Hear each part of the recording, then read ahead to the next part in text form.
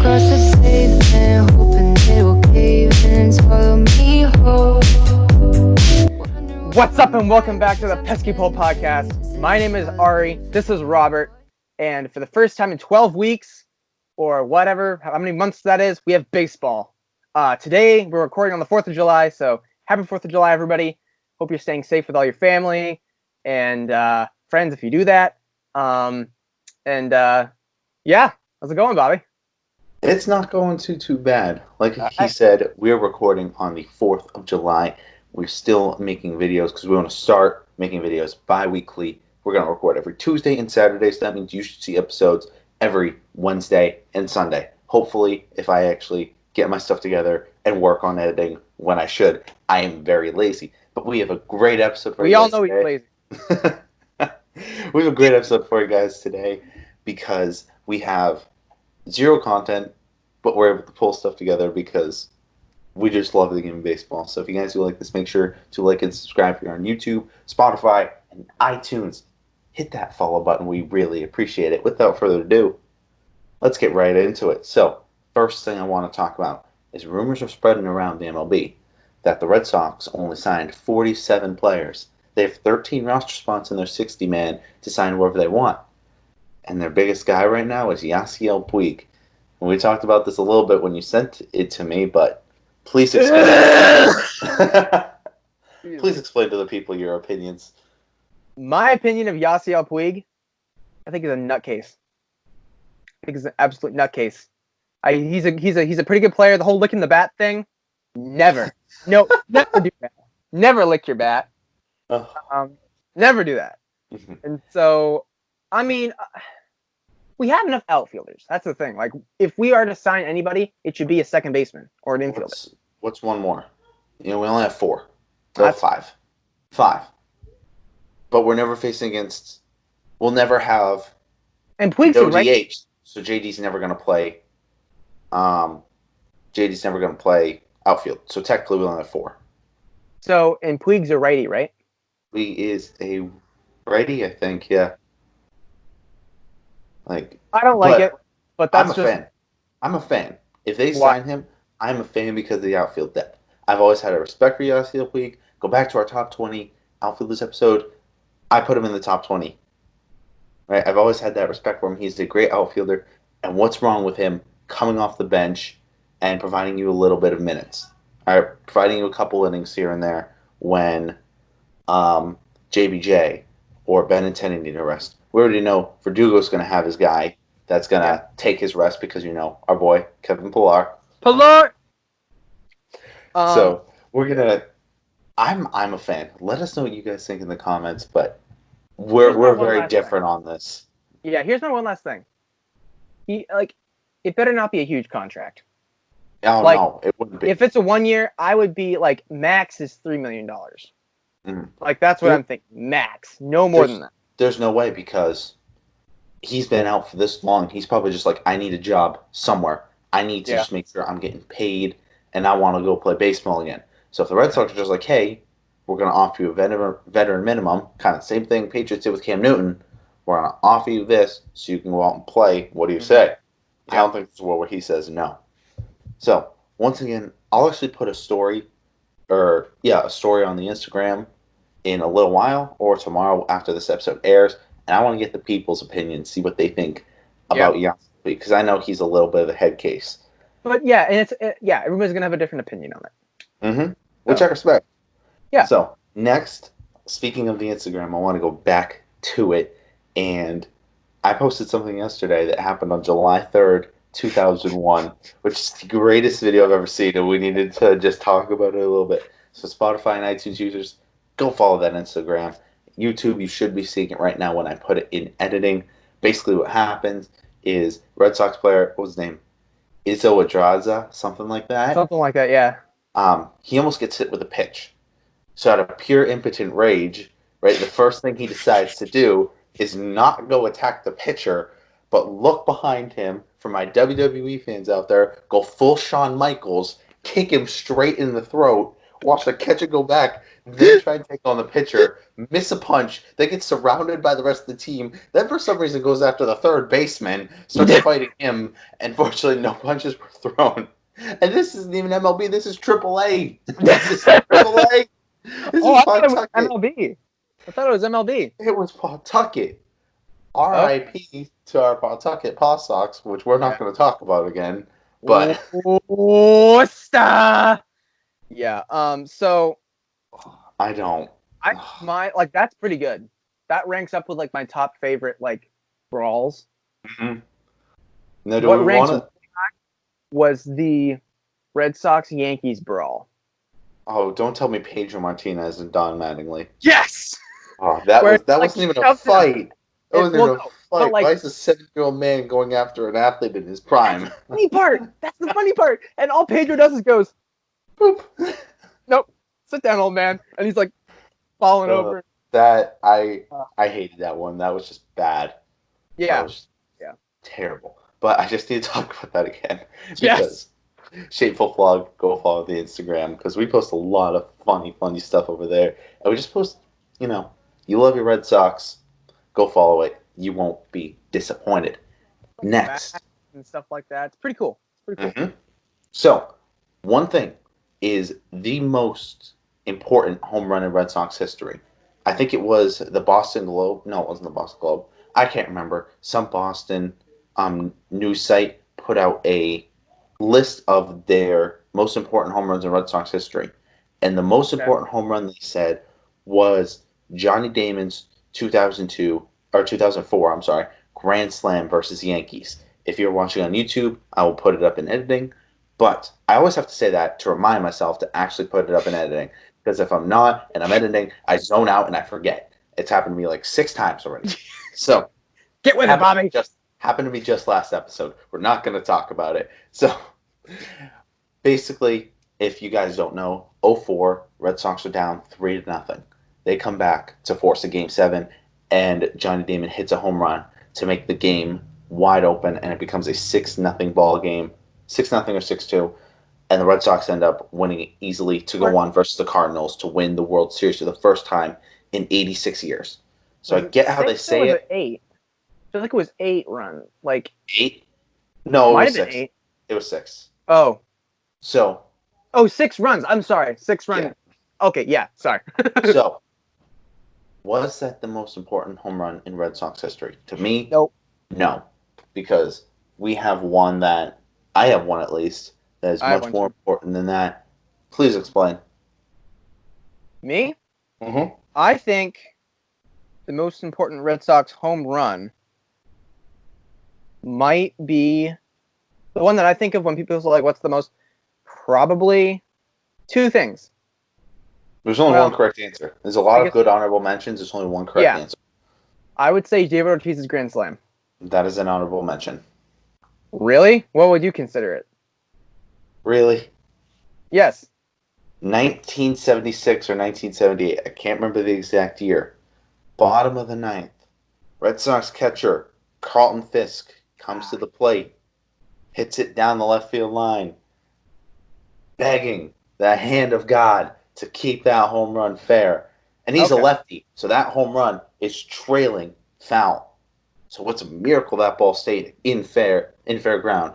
And yes, they didn't end up winning the World Series, but when you think Red Sox home runs, that should always be the first home run that comes into play. That's and fair. it shouldn't even be close because I was thinking iconic moment. Yeah, I was That's thinking such an iconic moment in Red Sox history that I know no one else can really say anything otherwise. Yeah, that's fair. All right. That's fair. So the next thing is, do you know the Red Sox 47-man roster? I'm going to go through each of these. Let's do it. And you guys play along at home. See how many of these guys you actually know. Let's guess how many are actually going to get some playing time. Oh, and boy. then, because we don't know. We don't know who they like. We don't know who's going to run with the team, who's going to stay at home. You know. All right. So, let's do it. First, we're going to go with our catchers. Okay. Jet Bandy. I've heard of him. I didn't know he was on the Red Sox. Juan Centennial. Yes. Kevin Plawecki. Yes. Christian Vasquez and Connor Wong. Yes. Oh, you forgot Lucroy. Lucroy is not on the team yet. He will be No, part they of just put him Boston's on the team. camp once the deal is reworked, Oh, I which see. I don't know if this was put out a couple days ago, so I don't know if Okay. they've reworked the deal yet. 'Cause I but- thought I heard something that Lucroy was on the team now, and I was like, that's surprising because I thought Plawecki got the job. Whatever. Lucroy should be coming with team. All right. Okay. So infielders, Jonathan Araz, which Yep. you should know because we talked about in an early episode. Mhm. Xander, Yep. CJ Chatham, Chatham. Chavis, Something. Yep. Bobby Dahlbeck, Yes. Bobby Dahlbeck, Tank Devers, Balak. Marco Yep. Hernandez. I haven't Yes. heard that name in a minute. Yeah, I Two-way know. Lynn, Mm-hmm. Moreland, Yep. Yairo Munoz. Come No. on. I've heard of him. Really? And Jose Peraza. Yes. Is PD on the team? No. No. Moment of silence. I'll just start playing In the Arms of the Angel behind us. And hopefully we don't get copyrighted. That makes me sad. Outfielders. And this is why I want to start. This is why I want to bring Puig in. Jonathan Anderoli. Never Who? heard of him. Exactly. Andrew Benintendi, JBJ, Yes. JD, Yes. Pilar. Cesar Puello. Cesar Puello. Who is that? Cesar You heard Puello? of him? Yeah, I play MLB, so yeah, I And do a then- lot of results. And then Doogie. Doogie. All right. So then here's where we go a turn downhill. Oh jeez. The pitching staff. Welcome to the starting pitching. Matt Barnes, Dumpster file it. Okay. Yeah, I like him. He's cool. Ryan Brazier. Yes. Oh yeah, right from episode like 2. Arie hates Ryan Brazier. I despise Ryan Brazier. He's We'll good in go into MLB The that- Show. Other than that, he sucks. We'll go That's we'll not go true. into that next episode. All right. Colton Brewer, Heard him. Austin Bryce, Yes, vaguely. Nathan Eovaldi, Matt Hall. I've never heard most That of these sounds names. really Not gonna familiar, but lie. I can't say for sure that I've ever heard of him. Kyle Hart, I think so. Relief pitching all just kind of like blends in, you know. yeah. Heath Hembry, yes. Darwinson Hernandez, yes. Brian Johnson, yes. Yes. Robinson Layer, Nope. no. Chris Mazza, Yep. not for me. Colin McHugh, Yep. Although he Josh, went though.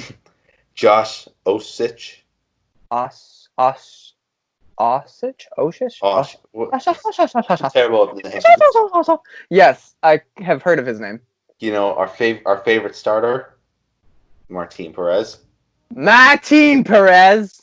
AAA, Erod, Mike Shawarren. Shawarren. Shawarren? Weirdest guy. Have you seen what that guy looks like? No. He looks like an Ewok, I swear.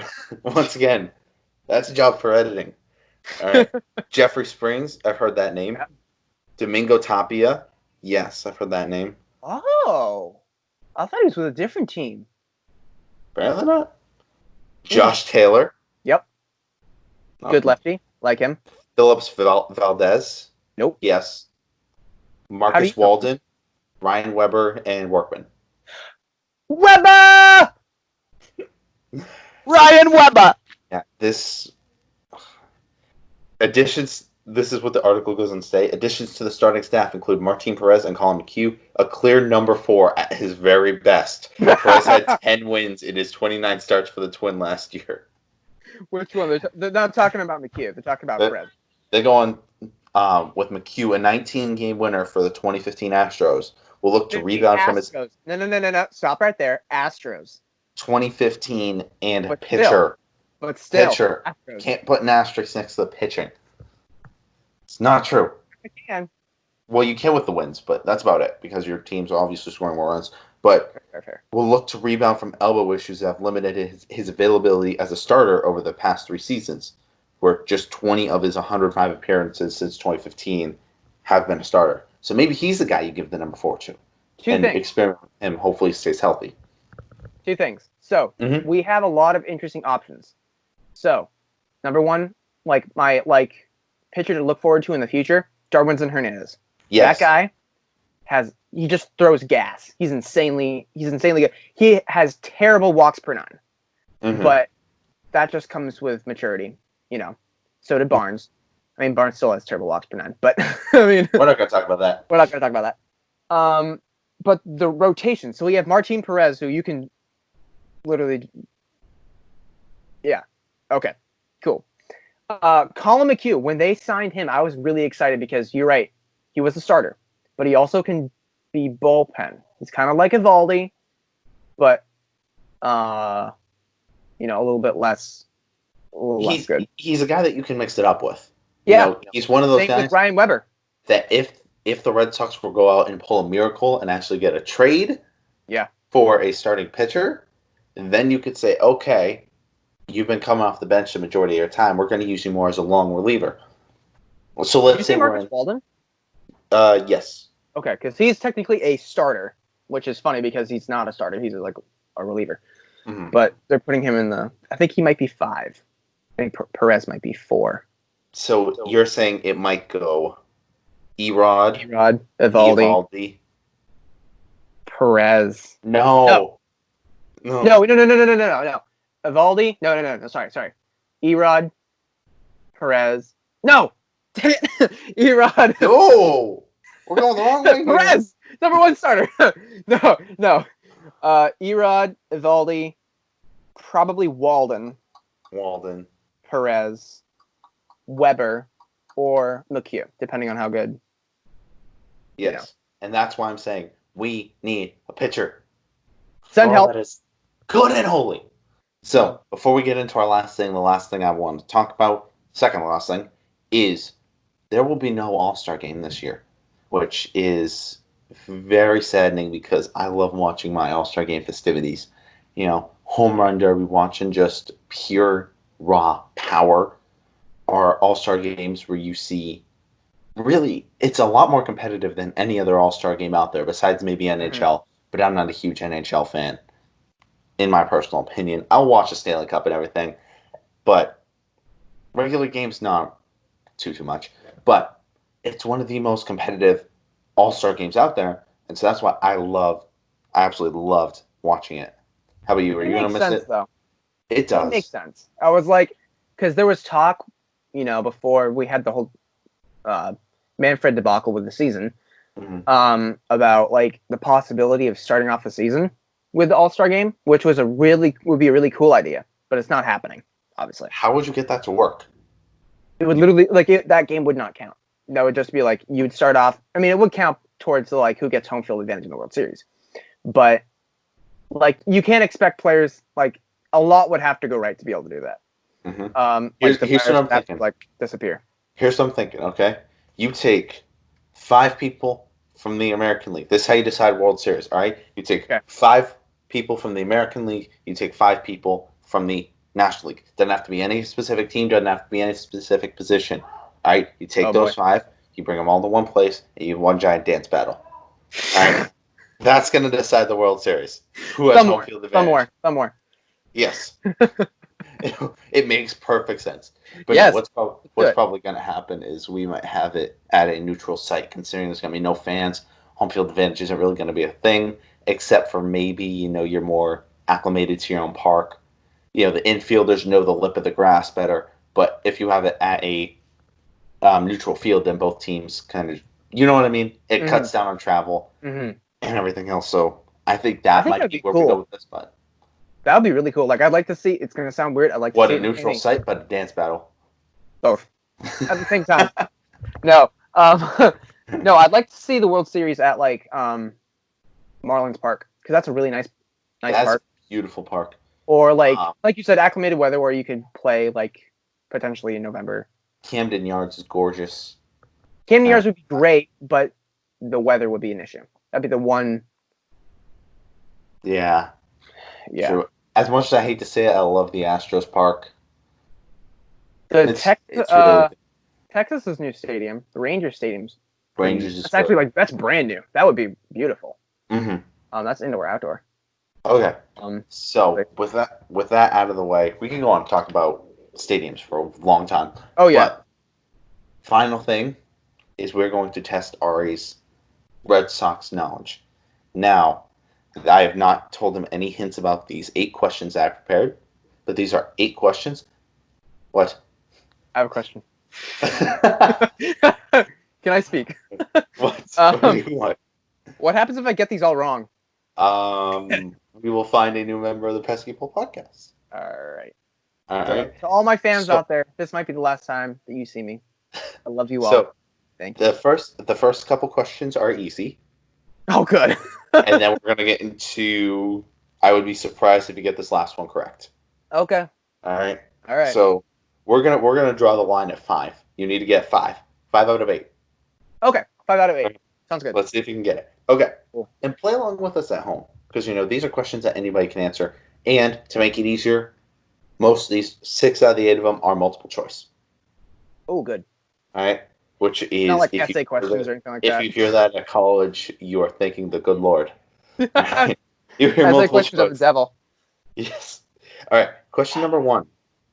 Who infamously let the ground ball go between their legs, and what game was it in the World Series? Oh, dear. A. Marty Barrett, Game 5. Don Baylor, Game 7. Bill Buckner, Game 6. Rich Gedman, Game 6. Bill Buckner. And I forget which one you said. What, Game 6? Bill Buckner, Game 6? Yeah. That is correct. Ding, Now, ding, ding, ding. for those of you who don't know, 1986, the Red Sox were up 3-2 on the Mets. All right. Bill Roll the Buckner clip. usually gets subbed out around the 8th inning. This is the first time in a long time he was asked to play the ninth because he was an older guy at the time. Right. The Mets have a runner on second and third, down by 1. All Bill Buckner had to do was field this ball properly, touch the bag. The Red Sox win the World Series for the first time since 1918. That is still 68 years without 68, maybe 68 years without a World Series ring. So 1 year short. all you had to do was go 15 feet, touch first base, and he got the World Series. But they end up losing Game 6 on that terrible play, and then end up losing Game 7, and Red Sox fans had to wait another 18 years? Something like that. 18, 20 years. 18 years for a title. Mm-hmm. So this question I know you'll like. Okay. Who pitched the final pitch of the 2018 World Series and who was batting? No multiple choice. Ha ha. Okay. Chris Sale Correct. struck out Manny Machado in the most disgusting and disrespectful way you could possibly do it. Mm-hmm. To a I man will insert the all meme. Red Sox fans hate. Insert the memes. Insert the one where you have the clip and then it goes right to someone who's like breaking their ankles in high heels. It's great. I love that one.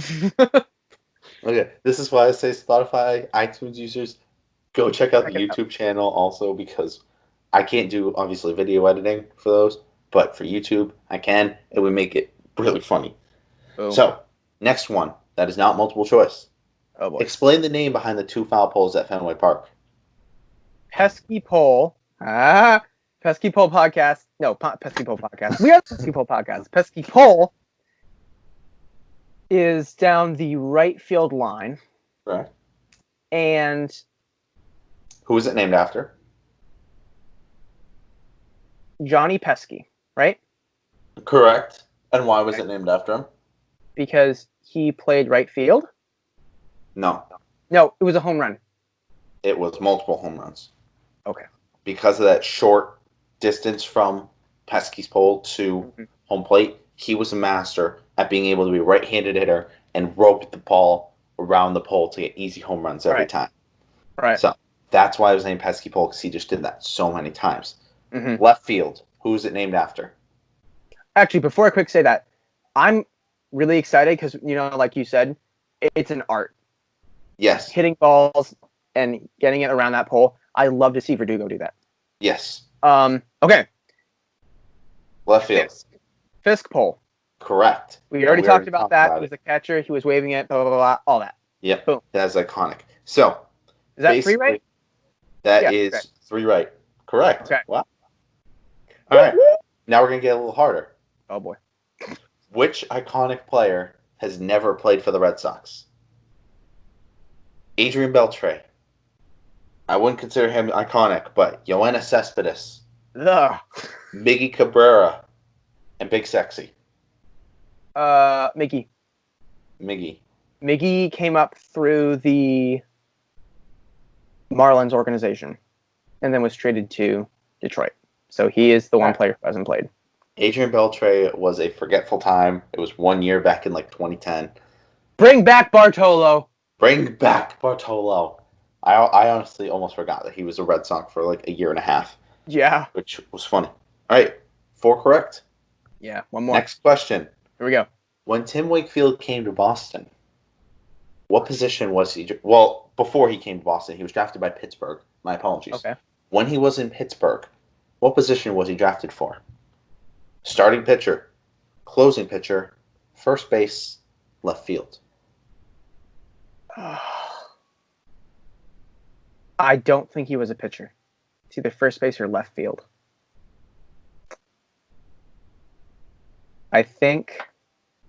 Oh man, is he a tall guy? He's 6 foot something. 6. Okay. Speed, Arie, speed. Okay. First base. Correct. Yes. Wow. He was a first baseman and was drafted as a first baseman. But basically, the story goes he was at practice one day messing around, and he had this knuckleball that he could throw. Right? And a scout came up to him and said, "Look, you're going nowhere at first base. You will not get past the AA as a first baseman. You took us on that mound and start developing that knuckleball." Yeah. And that was his path to success. So, 2 more questions. 3 more questions. And he already hit the quota, which I'm surprised about. All right. I say I'm going to get 6 right. This one I know you're probably going to get right. Okay, 7 right then. Is what team did Kurt Schilling come from before the Red Sox? Arizona Diamondbacks. I didn't even have to say my 4 Sorry. multiple choice. We So, said that was Angels. the multiple choice was Phillies, Diamondbacks, Astros, and Reds. Ooh, Phillies. Which That wasn't I believe he went from Phillies to Arizona to Boston, and then after that, did he retire, or he went to the Mets? He might have gone to the Mets. I know. I think. Yeah, probably. I don't know. Okay. He might have retired though because he wasn't there in 2007. All right. This one's a hard one. These next 2 are hard. Okay. Who is the Red Sox all-time wins leader? Cy Young, Roger Clemens, Tim Wakefield, Pedro Martinez. Okay, so it's a toss-up for me, I think, between... Who did you say number 2 was? Roger Clemens, Roger Clemens. Tim Wakefield, or Pedro. Definitely not Tim Wakefield. Oh, Cy Young. I don't think it's Cy Young. I could be wrong, though. Probably wrong. I don't think it's Cy Young. Pedro was good. I don't know if he's... You know what? I'm going to go with it. Pedro. Oh, no. There's a problem here. There were 2 correct answers, and Pedro was not one of them. Really? Right now, there is a tie atop the Red Sox hierarchy for wins. Wow, I didn't know that. Between Cy Young and Roger Clemens at 110. 110? I think that's the number. I can't remember. But and then Tim Wakefield. Tim Wakefield is second behind those 2. Really? And then Pedro, I just threw him in as a random name. Wow, I would not have thought that Pedro would be lower than Wakefield. Pedro is lower. All right. Last question, then we will get into our favorite part of the episode. And I have no idea what it is this time. Oh, you're going to love it. What was the name of the Red Sox before the Red Sox? Boston Americans, Boston Braves, Boston Red Stockings, for the Boston Patriots?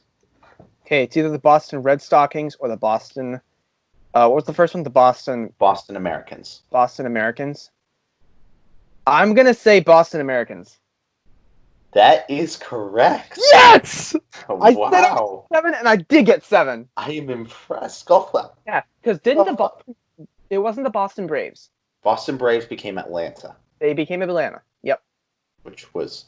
I'm surprised you knew all those. Like, I thought I had some ones Boston that really stumped. Yeah. Maybe those were just too easy. But then Fans out there. they went to the Boston. They went. Correct me if I'm wrong. Boston Americans, Boston Red Stockings, Boston Red Sox. Mhm. Yeah. I Boom. don't think the Boston Americans was directly before the Red Sox. They changed from the Americans to the Red Sox. I think Red Stockings was before the Americans. Oh, that would make sense. Or it was just never a name at all. I don't know. That was I've just heard kind of that. one. That was one I got off the top of the head. I didn't even look that one up. But let's get into our favorite part of the episode. Hit us with Arie's takes one time. Welcome to Arie's Takes, where you don't know what it's going to be. Neither do I. It can be about football, which has been about for the past 3 weeks, which needs to stop, hopefully. It could be about food. Oh, it's football again. All I right. was scrolling through Instagram yesterday. On Wednesday, we will not have a football-based Arie's Takes. So, scrolling through Instagram, Mhm. I noticed something on the Red Sox. And I noticed a video. It made me want to cry. Uh-oh. Not of grief, but of joy. Ladies and gentlemen, Andrew Benintendi is bringing back the flow. Oh, my God. He looks I hated better it. than ever. Better than ever. Insert the clip. I'm not going to lie. Oh, okay, you know what? We don't like Flo Benintendi. Yes, you do. And it's in slow motion, too. I'm like, oh, yes. Okay. Thank you. I know the biggest fan of Andrew Benintendi. All right? I know his biggest fan, and I know that they hate the flow. So I will bring them in, and I will ask them what their opinion is, okay? Our second guest. No, third guest. Third guess. Our third guest on the Pesky podcast is the #1 Andrew Benintendi fan. Come hither. Come hither. Okay. I ask you one question, all right? You are being recorded. I think I know the answer. Thoughts on Andrew Benintendi's flow coming back? He's gorgeous either way. You said you hated it. Oh! You hated it. Look at his face. Look Oh, at his face. It's not the hair. It's the the face. man's beautiful. Oh my. The man's not beautiful. So which is better, the flow or the no flow? The no flow, but his The face no is flow. always great. There's no. He should have been a red. Out. No, we needed him. We needed him. she said the thing. What did you Say say? it again for the mic. Kevin Pillar. Woo! Okay. Man, this is we're spiraling downhill. We gotta cut. This went down. I thought that'd be a good idea. But for those of you who don't know, that was my little sister, who is the biggest Andrew Benintendi fan that I know. So it was only right to ask her. All right, we've been going for this is a longer episode. It's been about 40 minutes. So that being said, let's roll that outro music. Thank you guys so much for watching. We appreciate every single one of you that watches the entirety of these episodes. We will see you guys in the next one. Sometimes